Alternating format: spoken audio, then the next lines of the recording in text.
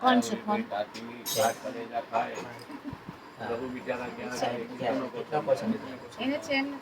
હા ચાલો કૃષ્ણ કનૈયાલાલ કી જય. એ જ રીતે જીવ પણ પોતાના ભાગ્ય અનુસાર પ્રિય અપ્રિય સુખ દુઃખ પામે છે. આપણે પણ આપણા પોતાના કર્મ અનુસાર સુખ બી ભોગવી રહ્યા છે, દુઃખ બી ભોગવી રહ્યા છે. માયાને ડાકણ બતાવી લાકડી બતાવે છે. કારણ કે હાથ પકડી લે છે.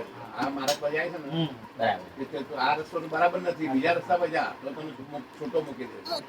કારણ કે એ રસ્તો એનો માર્ગ છે. આજે જે પ્રભુજીએ લેક્ચર આપ્યું, હા, હરિપાર્ષદ બહુ સરસ લેક્ચર આપે છે. રાધાગોવિંદ મહારાજના શિષ્ય છે. અને આજે આખું ઇંગ્લિશમાં લેક્ચર હતું. તેમાં પૃથ્વી મહારાજનું હતું અને આપણે ધ્રુવ મહારાજનું હતું. તો ધ્રુવ મહારાજને પણ એમણે આજે લેક્ચરમાં બતાવ્યું, ઇંગ્લિશમાં હતું લેક્ચર. તો ધ્રુવ મહારાજને પણ ભગવાનનો માર્ગના પર તો નીકળી ગયા હતા, પરંતુ એમાંથી પણ અચ્યુત કરવા માટે એમની માતા પોતે આવશે. હાલાકે એક રાજા હોય છે, જે ઇન્દ્રના દેવ હોય છે. તો ઇન્દ્ર દેવતા એ મીન્સ અસુરને ત્યાં મોકલાવે છે એની માતા બનીને. અને એને કહે છે કે બેટા બેટા ચલ, તારી આ રમવાની ઉંમર છે કે છે. હા, તું તપસ્યા મત કર કે છે. તું પેલા આ તારી રમવાની ઉંમર છે, તું આમાં રમ કૂદ બધું કર. તારા લગ્ન થઈ જશે, લગ્ન થયા પછી તારા જે પુત્ર થશે એને તું રાજપાટ આપીને પછી તું ભગવાનનું નામ સ્મરણ કરવા માટે પછી તું વનમાં આવજે.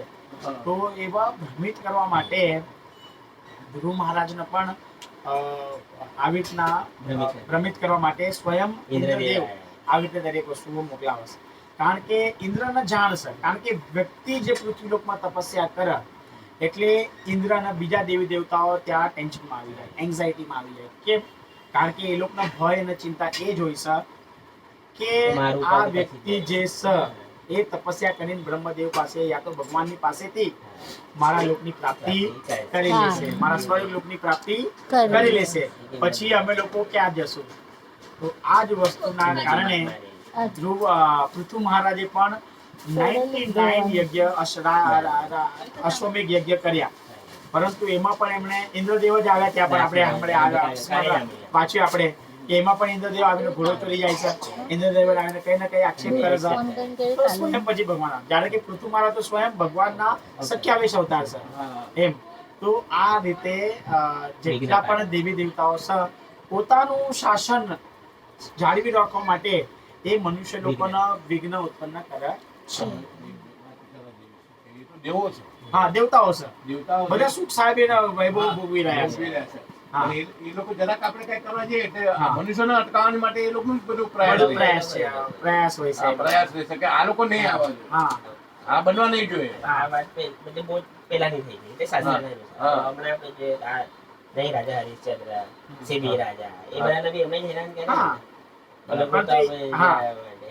પછી એમાં પ્રભુજીએ કીધું કે અગર નિષ્કામ ભક્તિ કરતા હોય ને તો તમને કઈ નહીં કરે. નિષ્કામ એટલે મારે કોઈ સ્વર્ગની પણ આશા નથી, મારે કોઈ સુખ સુવિધાની પણ આશા નથી, ભગવાનના મારે ધામની પણ આવશ્યકતા નથી. આ એક નિષ્કામ ભક્તિ. તો નિષ્કામ ભક્તિ કરશો ને તો તમારા બધા મનોરથ દેવી દેવતાઓ પણ પૂર્ણ થશે. એવું એમણે આજે લેક્ચરમાં કીધું. હરિપ્રિય આપવાનું હોય તો એ લોકો અને ભગવાનની ત્રણ શક્તિઓ છે. એક તો અંતરંગા શક્તિ, એક તો બહિરંગા શક્તિ, અને જીવ એ આવશે તટસ્થા શક્તિમાં. જીવની શક્તિ બતાવી તટસ્થા શક્તિ. અને બહુ જબરદસ્ત લેક્ચર આપ્યું પ્રભુજીએ. બધું બહુ તત્વના વિશે ને એને વિશે જ હતું. બહુ પણ મહત્વનું હતું. કહેવાય છે ને કે સચ્ચિત આનંદ જે આ પૂર્ણ પુરુષોત્તમ પરમેશ્વર છે એના સાનિધ્યમાં જેટલું લેશો ને તો જ તમને સત, તો જ તમને ચિત્ત એટલે જ્ઞાન, અને સત એટલે ઇટરનલ, ચિત્ત એટલે આનંદ, જ્ઞાનમય અને આનંદ. ભગવાનથી તમે અગર વિકુટા થયા તો તમને કોઈ પ્રકારનો આનંદનો અનુભવ થશે નહીં, પરંતુ ભગવાનથી અગર તમે કનેક્ટેડ છે ને તો જ તમને આ ત્રણ વસ્તુનો આનંદ અને અનુભવ થશે, બાકી નહીં થાય. કારણ કે મટીરિયલનું એમણે બતાવ્યું કે એક છોકરી એક છોકરાને પ્યાર કરે છે, એક છોકરી એક છોકરાને પ્યાર કરે છે, પરંતુ છોકરાને ચિંતા છે કે હું આની દરેક વસ્તુ ફૂલફિલ કરી શકીશ કે નહીં લગ્ન પછી. તો એક મિઝરી છે, એક મીન્સ દુઃખદ છે આ વસ્તુમાં. એની સાથે હું રહેઠાણ આપી શકીશ કે નહીં, એનું લાલન પોષણ હું સાથે કરીશ કે નહીં, એને સારું ઘર આપી શકીશ કે નહીં. તો આ પ્યાર તો છે, પરંતુ પ્યારની સાથે સાથે આ મિઝરી એટલે આ દુઃખ પણ છે. તો સાથે સાથે સામેવાળી સ્ત્રીને પણ સ્ત્રીને પણ દુઃખ છે આ જ વસ્તુનું કે આ મને પ્યાર તો કરશે પરંતુ સારું મને ઘર, સારું મને રહેઠાણ, મારી બધી ઈચ્છાઓ એ પરિપૂર્ણ કરી શકશે કે નહીં. આ રીતે પ્યાર તો થાય છે, લગ્ન પણ થઈ જાય છે, પછી સંતાનો પણ ઉત્પત્તિ બધાય છે, પણ બધી જ વસ્તુમાં સાથે સાથે શું જોડાયેલું છે? ચિંતા અને દુઃખ. પછી અંતિમ સમયમાં એવું આવે કે મેં તારી સાથે આટલા વર્ષ લગ્ન કર્યા, તે મારી માટે શું કર્યું? આ સવાલ છે.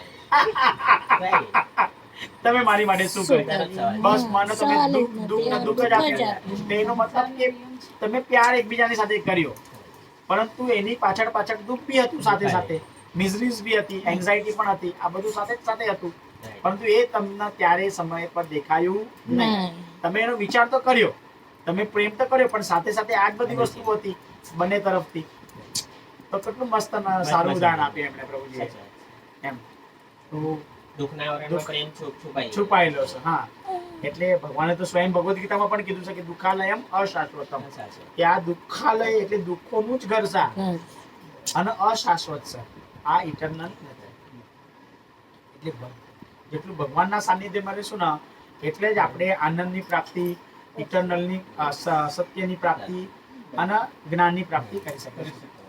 જેટલા સંતો મંતો થયા, જેટલા સંપ્રદાય છે, જેટલા બધા જ સમજવું હરિનામ વગર સુખ પ્રાપ્તિ નથી.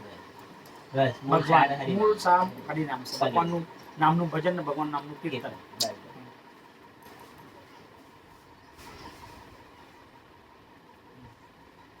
કદાચ તેને માટે કોઈ ઉપાય કરાય તો પણ કોઈ એકાદ દુઃખ તો રહેવાનું જ.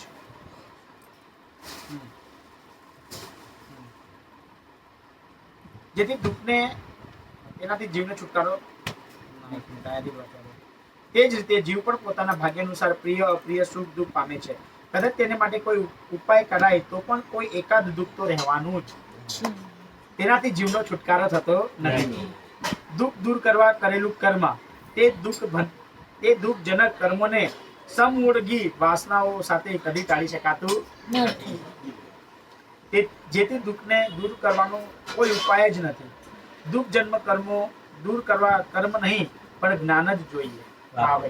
એકદમ સાચી વાત છે કે જ્ઞાન જોઈએ. જ્યાં સુધી આપણને નોલેજ છે. હવે આપણે હમણાં લાઈટ બંધ કરી દઈએ અને લાઈટ બંધ કર્યા પછી આપણે એક રસીનું જ દોરડું કોઈને આપીએ, બરાબર, તો લાઈટ બંધ હશે તો એ દોરડાને આપણે સાપ સમજીશું, સર્પ સમજી લઈશું. અરે સર્પ આવ્યો એમ. એક રસીનું દોરડું છે, હાલાકી એ સર્પ નથી, પરંતુ લાઈટ બંધ છે, અંધકાર છે, એટલે આપણે એના સર્પ જેવું ભાસશે આપણને. પરંતુ જેવી આપણે લાઈટ ચાલુ કરી નાખશું એવું આપણને જાણ થઈ જશે, બધાને જ્ઞાન આવી જશે, અરે આ તો દોરડું છે.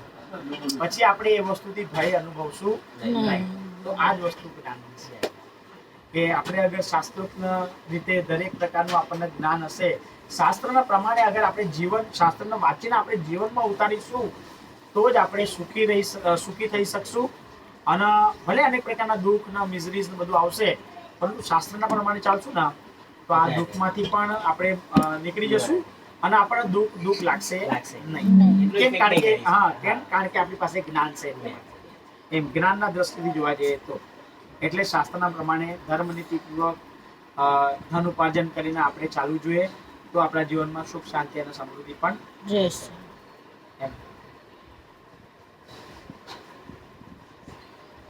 અજ્ઞાનથી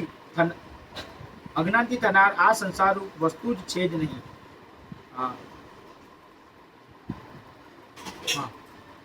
જેથી દુઃખને દૂર કરવાનો કોઈ ઉપાય જ નથી. દુઃખજનક કર્મ દૂર કરવા કર્મ નહીં પણ જ્ઞાન જ જોઈએ. અજ્ઞાનથી થનાર આ સંસાર વસ્તુ જ છે જ નહીં. જ્ઞાન વિના તે સંસાર દૂર થતો નથી. માટે આત્માને અજ્ઞાન અથવા મનથી જ આ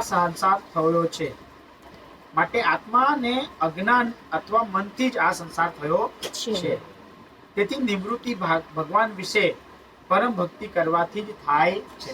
નિવૃત્તિ કોનાથી થાય? ભગવાનની ભક્તિ કરીશું તો જ આપણી નિવૃત્તિ થશે. મન ન બતાવવી જોઈએ. મન ન બતાવવી. આત્માને અજ્ઞાન અથવા મનથી જ આ સંસાર થયો છે. આગળ કપિલ ભગવાન દેવકીને આ આ જ સમજાવવા. મન ના મન કીધા મારું મારું મારું મારું પછી મારો ભાઈ અને પછી એ મટી જાય તું થઈ જાય તારું તારું તો પછી તરી જવાય. હા એ તો સર બાકી તો તમે જો મારું મારું મારું તો પછી તમે ક્યારે ઉદ્ધાર થઈ શકશો નહીં. બરાબર. એટલે ભગવાન પણ કહે છે કે મારું મારું કરીશ તો હું તને મારીશ અને તારું તારું કરીશ તો હું તને તાર એમ. પરંતુ આપણા લોકોનું કેવું છે કે ગંગા ગયે તો ગંગારામ ને કાશી ગયે તો કાશીરામ. આપણે જેને જોઈએ જે જગ્યાએ જઈએ એને આપણે પકડી લઈએ એટલે માટે એટલે પૂર્ણ પુરુષોત્તમ પરમેશ્વરના જ પકડીને રાખો, એમની ચરણોની સેવા કરો, ભક્તિ કરો, ભજન કરો, નામ જપ કરો, કથા શ્રવણ કરો. આ જીવનનો સાર. આ જીવનનો સાર છે ને એ જ ભગવાન આપણને અંતિમ સમયમાં પોતાનું સ્મરણ કરીને આપણને આ મરણ જોડણના ચક્કરમાંથી કાઢીને ભગવાન પોતાના ધામમાં લઈ જશે, ભગવાનના પાર્ષદ બનાવીને. આજે 11 દિવસ થઈ ગયા, 10 11 દિવસ કેટલો આનંદ જ કરી રહ્યા. કેટલો આનંદ થાય. ભજન થઈ રહ્યું છે, કીર્તન થઈ રહ્યું છે, ભગવાનના લીલાઓનું આપણે આખ્યાન કરી રહ્યા, વર્ણન કરી રહ્યા છે. આત્મા કેટલો આનંદિત થઈ રૂપ ગયો. ગુણ લીલાનું વર્ણન કરી રહ્યા છે ભગવાનના, જે ભગવાનના સ્વયં ભક્તો છે અને ભગવાનની જ લીલાઓ છે આમાં બધી એમ. અને ભગવાનની લીલાઓનું ભગવાન જ છે સ્વયં એમ. જો ભગવાને કેળું બી પાડ્યું અપાસ હે રાજશ્રી, ભગવાન વિશેનો ભક્તિ યોગ ભગવાનની કથાના આશ્રય વાળો છે. આમ જ કથાની વાત કરીએ આપણે. ભગવાન વિશેનો ભક્તિ યોગ ભગવાનની કથાનો આશ્રય વાળો છે. ભગવાનની કથા સાંભળવાથી જ તત્કાળ પ્રાપ્ત થાય છે. તત્કાળ પ્રાપ્ત થાય છે. માટે જ પુરુષો કથાઓ નિત્ય સાંભળે છે અને ભણે છે. તેને એ ભક્તિ યોગ જલ્દી પ્રાપ્ત થાય છે. જ્યાં ભગવાનના ગુણો કહેનારા અને સાંભળનારા ભક્ત પુરુષો વસે છે, ત્યાં મહાપુરુષોના મુખમાંથી નીકળતી ભગવાનના ચરિત્રરૂપ અમૃતની નદીઓ ચોતરફ વહે. બોલો એ જો ભગવાનની કથાનું મહત્વ બતાવ્યું છે એમ.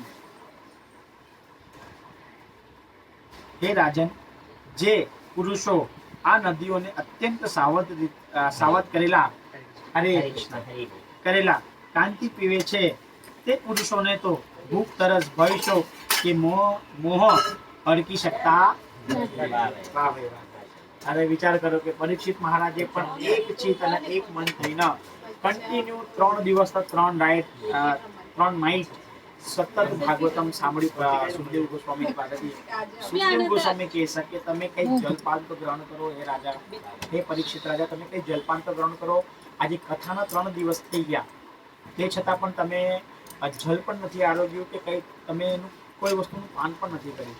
તો કે આ જ જળ મારું મૃત્યુનું કારણ બન્યું. તો કે મારે કોઈ પણ પ્રકારની કોઈ પણ વસ્તુ મારે ગ્રહણ કરવી નથી. મારે ખાલી ભગવાનની કથાનું દૂધ જ પાન કરવું. હા તો ખબર છે ને 9 વાગે આવે છે ને દૂધ લાવવાનું. પુરુષોને ભૂખ, તરસ, ભય, શોક કે મોહ અડકી શકતા નથી, તો પીડા ક્યાંથી કરી શકે?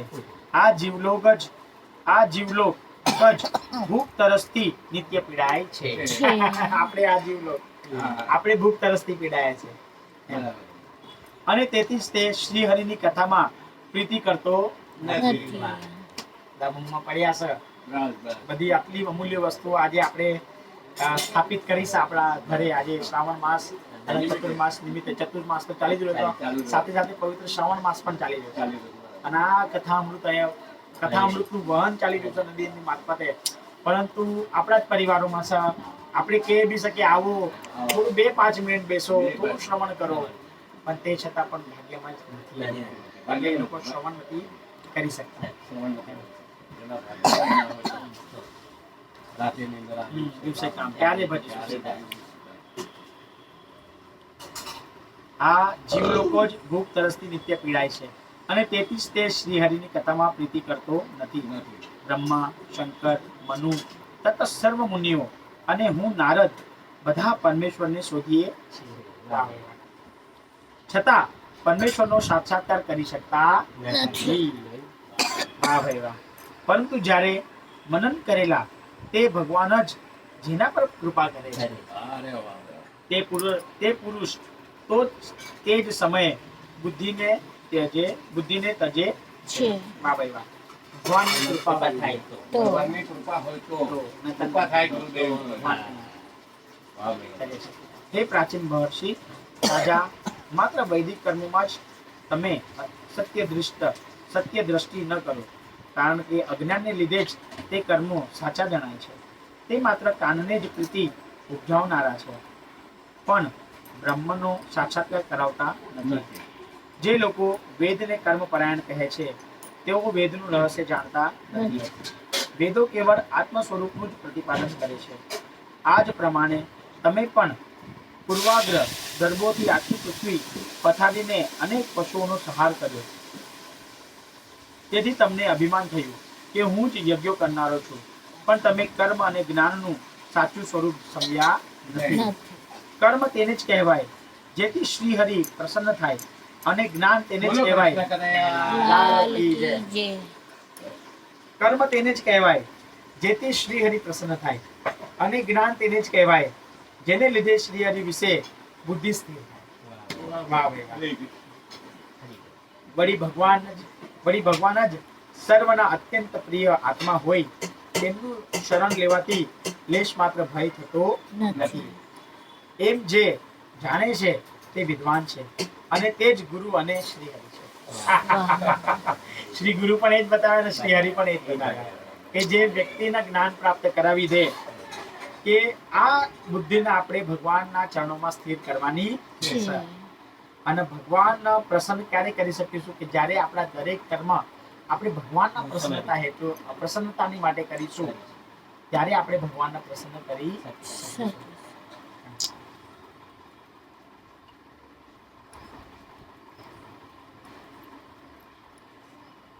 હે રાજન, હવે હું તમને એક ઉત્તમ ઉપાય બતાવું છું, તે ધ્યાનપૂર્વક સાંભળો. એક મૃગ બગીચામાં નાના નાના કૂણા અંકુરોનો ચારો ચરે છે. તેની સાથે મૃગલી ફરે છે. ફરતા ફરતા એક સ્થળે ભમરાના ગુંજરાવ જેવા ગાયનમાં તે આસક્ત થયો. તેથી એક બાજુએ વરુઓ તેને પકડવા ઊભા હતા, અને બીજી બાજુ શિકારી બાણ તાકી ઊભો હતો. આવો મૃગ કોણ હશે તે કહો. પહેલી સ્પર્શ શબ્દની વાત આવી. હા. રાજા કાંઈ ઉત્તર આપી શક્યો નહીં, એટલે નારદજીએ કહ્યું, હે રાજા, તમે પોતે જ તે મૃગ છો. પુષ્પો જેવા ધર્મવાળી અને પરિણામે નિરસ એવી સ્ત્રીઓના શરણરૂપ આ ઘરરૂપી આશ્રમમાં ઇન્દ્રિયનું અલ્પ કામ સુખ તમે શોધ્યા કરો. બરાબર. હવે સ્ત્રીમાં આસક્ત થયા. સ્ત્રીમાં માણસ આસક્ત કેમ થાય કે કામ વાસનાની માટે. કામ વાસનાની માટે સ્ત્રીમાં આસક્ત થયા. સ્ત્રીઓ સાથે રહેવાથી તમારું મન સ્ત્રીઓમાં આસક્ત રહે છે. તમે વરુના ટોળાની માફક આયુષ્ય લઈ લેતા દિવસ અને રાત્રિના સુધીના કાળના અનેક સૂક્ષ્મ અંશો તમને તાકી રહ્યા છે. એટલે આ દિવસ અને રાત્રિ બધા તમને તાકી રહ્યા છે. તમને મૃત્યુરૂપી શિકારી પોતાના ગુપ્ત બાણ વડે વિધિ નાખવાની તૈયારીમાં છે. બરાબર. જે બાણ લઈને ઉભો છે શિકારી, એ કાળ ઉભો જ છે.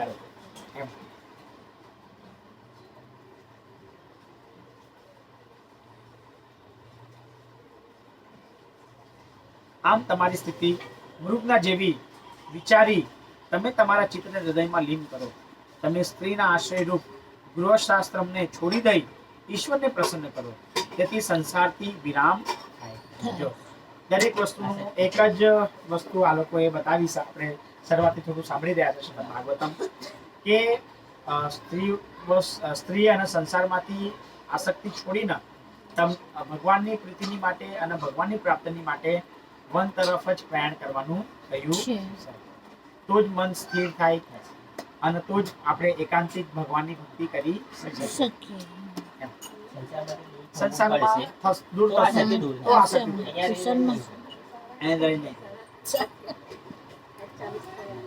પરીક્ષા છે ને.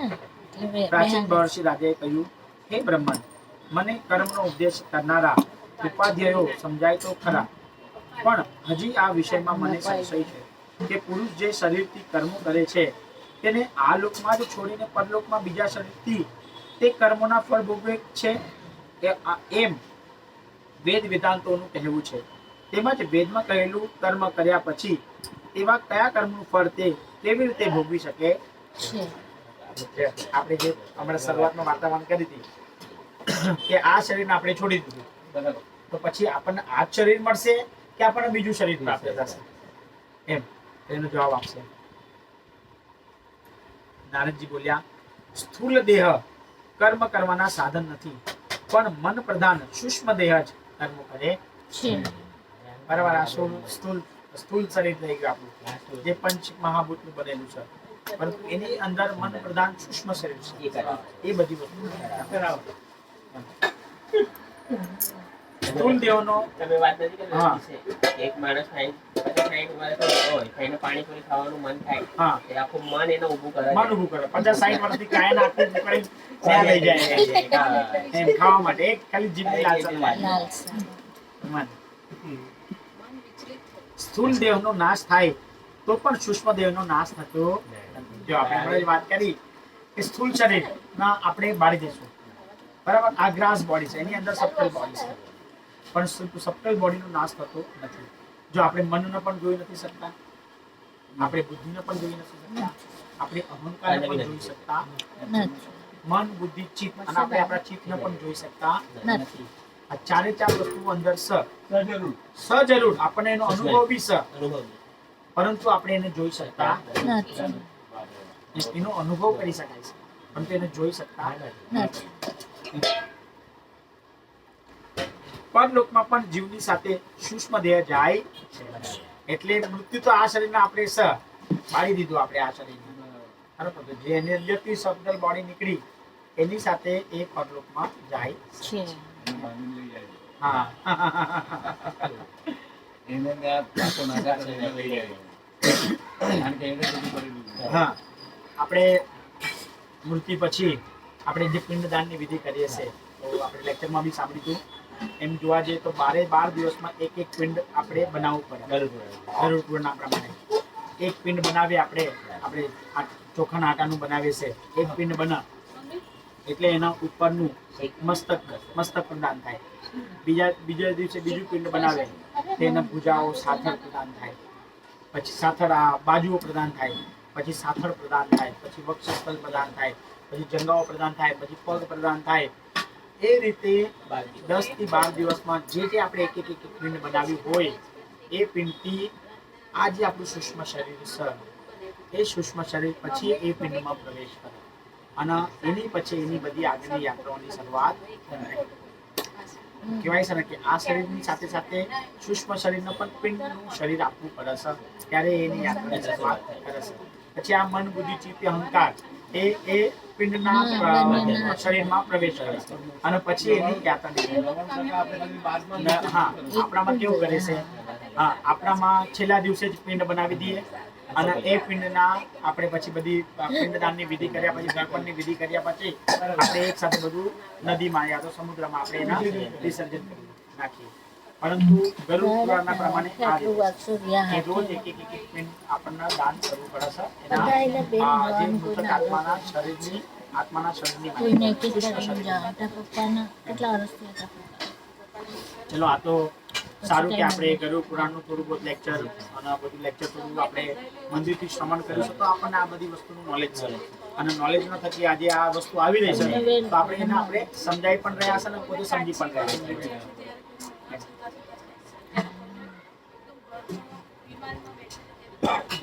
આ ભાભીને કે અવાજ રેકોર્ડિંગ થાય છે તો નહીં આ સાંભળ કથા અવાજ આવશે પછી ડિસ્ટર્બ થશે. એટલે જીવ તે સૂક્ષ્મ દેહથી કર્મ કરે છે. હા, સૂક્ષ્મ દેહનો નાશ થતો નથી, પરલોકમાં પણ જીવની સાથે સૂક્ષ્મ દેહ જાય છે. એટલે જીવ જે સૂક્ષ્મ દેહથી કર્મ કરે છે તે સૂક્ષ્મ દેહથી તે કર્મના ફળ ભોગવે છે. જેમ આપણે સ્વપ્ન અવસ્થામાં સ્થૂળ દેહનું અભિમાન ત્યજી સ્વપ્ન અવસ્થામાં બીજા શરીરથી સુખ દુઃખ ભોગવીએ છીએ, તેમાં ખરું ભોગતાપણું અંતકરણનું છે. વાહ ભાઈ વાહ. તે અંતકરણ જાગૃત અવસ્થામાં હતું અને જાગૃત અવસ્થામાં જ મનને જે કર્મના સંસ્કારો લાગેલા છે તે જ સંસ્કારો સ્વપ્ન અવસ્થામાં બીજા શરીરથી ભોગવાય છે. સ્વપ્નનું ઉદાહરણ આપ્યું. સ્વપ્નમાં આપણે આ શરીર તો આપણું સૂતેલું છે, પરંતુ સ્વપ્નમાં આપણું બીજું શરીર છે અને એ શરીરથી આપણે કર્મ કરી રહ્યા છીએ અને એ કર્મને આપણે ભોગવી પણ રહ્યા છીએ. પરંતુ એ હાલાકી નાશવંત છે, પરંતુ એમાં જે ભોગતાપણું અંતકરણનું છે એ જાગૃત છે, એના જાણ છે કે આ એનું શરીર નથી. તો આપણને રિમાઇન્ડર હા, આપણને રિમાઇન્ડર થાય છે ને. નહીં સપનું જોતા હા. એમ નહીં કે આપણું સપનામાં માથું કાપી નાખે તો આપણે આખા ડરી જઈએ. હા. પછી જાગીએ તો ખબર પડે કે ના, આ તો સપનું હતું. આજે સપનામાં મેં તો ડોલતો ડુંગર જોયો. હા, મીઠો જોયો. આજે જ મને આપણે વાત કરી તમે સપનું કે જોયું. ભાઈ સપનું જોયું કે હું ખરેખર બસમાં બેઠો છું, કોઈ ખરેખર જગ્યાએ ગાડી લઈને મેં ગાડી પાર્ક કરી છે. પહેલી વાર સપનું. અને પછી ડાયરેક્ટ હું જૂની ગળીમાં પહોંચું છું. એટલે વિચાર કરો કે આ જૂની કંઈક ગળીમાં બનવા આજે બનાવ કારણ બન્યો. બની ગયો હશે રાત્રે અને એ વસ્તુ આપણને ત્યાંથી ત્યાં ભાસ કરાવે છે. ચલો, તમે એમ સારું છે. આ કયું ભજન છે? શું? આ ગાય. સપનામાં ભજન? લોકગીત છે. એ લોકગીત. લોકગીત. લોકગીત. એટલે માતાજીનું. હા. નવરાત્રિમાં આવે છે ને. ખલખલતી નદીઓ રે, પહેલી વાર સપના. અને જાગૃત અવસ્થામાં મનને જે કર્મના સંસ્કારો લાગેલા છે તે જ સંસ્કારો સ્વપ્ન અવસ્થામાં બીજા શરીરથી ભોગવાય છે. તે જ રીતે એક જન્મના કર્મ સંસ્કારો મનને લાગેલા હોય તે બીજા જન્મમાં મનથી બીજા શરીરમાં ભોગવાય છે. વળી આ મારા પુત્રો છે, આ હું અમુક જાતિનો છું. આમ કહી પુરુષ પોતાના મન વડે જે પોતાના તરીકે લે છે તે મનથી જ ગ્રહણ કરે છે. મેં આ કર્મ કર્યું, અહંકારથી સ્વીકારેલા તે કર્મથી તેને પુનર્જન્મ પ્રાપ્ત થાય છે. આમ અનુમાનથી સિદ્ધ થાય છે કે પૂર્વજન્મમાં કરેલું કર્મ નાશ પામતું નથી, પણ સૂક્ષ્મ દેહમાં વાસના રૂપે રહે છે. કહેવાય છે ને કે બાળકનો જન્મ પણ થાય છે ને એના 45 દિવસ સુધી એના પૂર્વજન્મની દરેક વસ્તુઓની ભ્રાંતિ હોય છે. 45 દિવસ સુધી બાળકનો જન્મ થઈ ગયો, આંખ ખોલતો નથી, આપણે કે આંખ નથી ખોલતો. બાળક જે જયારે જન્મ 24 કલાકમાંથી 17 થી 18 કલાકે શું હશે? જયારે નાનું બાળક હોય, જન્મેલું બાળક હોય તો 17 થી 18 કલાક શું હશે? સુવામાં આ જ બધી વસ્તુનું ચિંતન કરે છે કે મેં પૂર્વજન્મમાં શું હતો, શું કર્યું, આ તે. અહીંયા આપણે પુત્ર પ્રાપ્તિ થઈ એની આપણે ઉજવણી કરતા હોય, આનંદ કરતા હોય એમ, અને એ પોતાનું પૂર્વજન્મનું બધું યાદ કરતો હોય. કેવી ભગવાનની લીલા છે, વિચાર કરો ને. આમાં આપણે ઉદાહરણ આપ્યું મનનું. કે મનના લીધે થાય છે. હવે નાનું બાળક છે, હવે બે નાનું બાળક હોય, હવે એકને એક ચોકલેટ આપીએ તો બે ત્રણ આપી હોય તો ઓલો એની ઈર્ષા કરશે, રડશે એ લેવામાં. હવે આ બુદ્ધિ એનામાં ક્યાંથી આવી? તો આ કેટલા મતલબ મન એ કેટલા વર્ષ મીન્સ એનો દ્વેષ, એની ઈર્ષા એનામાં હોય જ છે. કે મન તો જે શક્તિ હતી એનામાં પરિવર્તન થયું છે, એ મળતું નથી, એ એના લીધે ઈર્ષા કરાય. એટલે આપણે મોટા થાય પછી જ શીખીએ ને કે આ ગંદુ છે, આ સારું છે, આમ. પણ મન હંમેશા ઈર્ષા કર્યા જ કરતું હોય. મેં એક લેક્ચરમાં બી સાંભળ્યું હતું, પ્રભુજીએ કીધું હતું કે મન, બુદ્ધિ, ચિત્ત અને અહંકાર એના બીજા જન્મમાં ટ્રાન્સફર થાય છે. અને આપણે નથી કહેતા કે બાળક પછી નાનાથી મોટું થાય તે બુદ્ધિશાળી હોય તો ભણવામાં એકદમ એક્સપર્ટ હોય, અનેક પ્રકારના અગર શાસ્ત્રજ્ઞ રીતે જોવા જઈએ, અગર શાસ્ત્રનું કંઈક નોલેજ મેળવતો હોય તો એમાં એ પારંગત થઈ જાય. તો એના પાછલા જન્મનો કર્મ છે, એ પાછલા જન્મની બુદ્ધિ, મન આ બધું લઈને આવ્યો છે, કરીને એ આટલો સક્ષમ છે, કરીને આટલી નાની અવસ્થાની ઉંમરમાં આજે એના આ બધી વસ્તુઓની પ્રાપ્તિ થઈ ગઈ છે એમ. કારણ કે પાછલા જન્મની બુદ્ધિ છે, એટલા માટે ત્યારે આટલો બુદ્ધિશાળી એમ. આમ કહી પુરુષ પોતાના મન વડે જે પોતાના તરીકે લે છે તે મનથી જ ગ્રહણ કરે છે કે મેં આ કર્મ કર્યું. અહંકારથી સ્વીકારેલા તે કર્મથી તેને પુનર્જન્મ પ્રાપ્ત થાય છે. આમ અનુમાનથી સિદ્ધ થાય છે કે પૂર્વજન્મમાં કરેલું કર્મ નાશ પામતું નથી, પણ સૂક્ષ્મ દેહમાં વાસના રૂપે રહે છે. હે રાજન, તમારું કલ્યાણ થાવ. મનુષ્યનું મન જ પોતાની ઉદારતા, કૃપણતા વગેરે વૃત્તિઓ ઉપરથી જણાવી આપે છે કે પૂર્વજન્મમાં પણ આ આવો હતો અને ભવિષ્યમાં પણ આ આવો જ થશે. કોઈ કહે કોઈ વેળા પોતે દરિદ્ર હોવા છતાં સ્વપ્નમાં પોતાને મહારાજા થયેલો જુએ છે અને પોતે રાજા હોવા છતાં રંગ થયેલો જુએ છે. આ માટે કહે છે કે ઇન્દ્રિયોના વિષયરૂપ સર્વ પદાર્થો મનની અંદર આવે અને ભોગવાઈ પાછા ચાલ્યા જાય છે. જો મનની અંદર ઇન્દ્રિયોના વિષય ભોગ આવે, એ વસ્તુઓને ભોગવ અને પાછા પોતાના હિસાબે પોતાના રસ્તે ચાલ્યા જાય. કારણ સર્વ મનુષ્યો મનવાળા છે. કારણ કે સર્વ મનુષ્યો મનવાળા છે. જીવમાં મમતા આદિ સ્થૂળ દેહ સાથેનો જે સંબંધ દેખાય છે તે જીવને જ્યાં સુધી બુદ્ધિ, મન, ઇન્દ્રિયોના વિષયો સાથે સંબંધ હોય છે ત્યાં સુધી દૂર થતો નથી. પરંતુ સુષુપ્તિ અવસ્થામાં, મૂર્છામાં, દુઃખમાં, મૃત્યુ વેળા ઇન્દ્રિયો વ્યાકુળ થતી હોવાથી જીવને હું એવું જ્ઞાન સ્ફુરતું નથી. તેમજ ગર્ભાવસ્થામાં અને બાલ્યાવસ્થામાં સૂક્ષ્મ દેહ અહંકાર સ્પષ્ટ જણાતો નથી. કારણ કે તે અવસ્થામાં ઇન્દ્રિયોની અપૂર્ણતાથી સ્પષ્ટ જણાતો નથી. જો કે આ અવસ્થામાં લિંગ દેહ તો હોય જ છે. હે મનુષ્યના ઇન્દ્ર, મન એ જ પ્રાણીઓને સંસારનું કારણ છે. મન એ જ પ્રાણીઓને સંસારનું કારણ છે. જ્યારે જીવ વિષયોનું વારંવાર ધ્યાન કરીને કર્મો કરે છે ત્યારે તે કર્મો અને અવિદ્યાનું અસ્તિત્વ હોવાથી જીવને દેહાદિના કર્મમાં બંધન થાય છે. માટે તમે આ બંધનને દૂર કરવા શ્રી હરિનું ભજન હરે કૃષ્ણ કૃષ્ણ કૃષ્ણ હરે હરે રામ રામ રામ જોયું. બધી જ વસ્તુઓમાં મનનું મહત્વ બતાવ્યું. એમ સ્વયં અર્જુન પણ કહે છે કે હું પૂર્વથી પશ્ચિમ પર આવનારા પવનને હું મારા બાણ દ્વારા રોકી શકું છું, પરંતુ હું ઇન્દ્રિયને રોકી શકતો નથી.